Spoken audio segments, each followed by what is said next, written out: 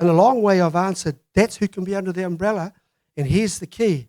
They don't have to be registered as a political party. They get registered by the umbrella's registration. We'll be asking what you guys want to ask of our candidates. Here's the first question.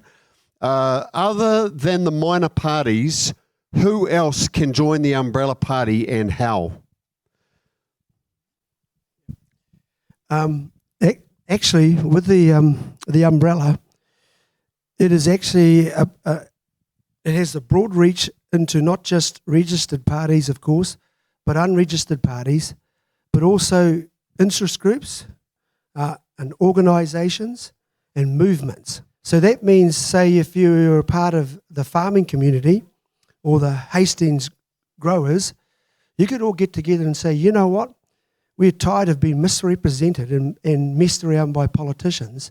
And so Baden might say, why don't we get all the growers in New Zealand and we go under the umbrella with our vote, and then what you do now, you join all of these other parties with the collectivity of our vote power coming in together for the party vote. And that means when we cross the 5% threshold, which I believe we will and do more, that's 6 seats. Yeah. That's 6 seats for 5%, which is about 170,000, I think, votes. That's not a lot, really.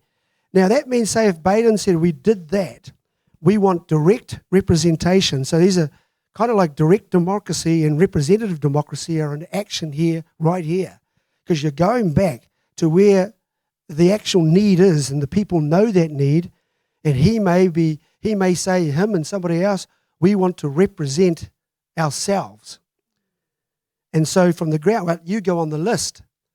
If it was the farmers, they go on the list. And so what happens is when we have a voting and create that sort of upset across the board, that means you're taking people in who have competence and expertise in those portfolios. Instead of giving a portfolio to a kindergarten teacher to be the Minister of Police. That's exactly what's happened in Labour. You notice that portfolios get passed around like the rugby pass on the All Black back line? And then when they have nobody to give it to, they put it into the safe, politicised hands of a man called Andrew Little, who does nothing with them but just piles up. This way of transformational politics, we're doing this now, that we're coming from the ground up with representation, coming from the ground and direct democracy together, whatever is needful, represent, or the people have a say over major issues. Then he goes into Parliament. So whoever represents the growers, he's in Parliament or she's in Parliament, same with the farmers, same with the teachers and these. So now they're at the table, not asking some person who is basically controlled by the caucus executive what they can do. It's like the education teacher, what's her name, Anne? Jan Tinetti coming out and saying, here is the next education curricula that all schools have to follow. So it's from her, from overpaid consultants and contractors and other people's input, and they put it together and then they throw it down and they say all the school boards and the principals and that's it. No consultation with who knows best, with teachers and probably with parents. So we're flipping this whole thing on its face, right? And now it's coming from the people up. So it's more than just the umbrella. This is transformational politics on the way up, and they won't know it when it hits them. In a long way, I've answered, that's who can be under the umbrella. And here's the key. They don't have to be registered as a political party. They get registered by the umbrella's registration. So they kind of remain non-political, but they're not.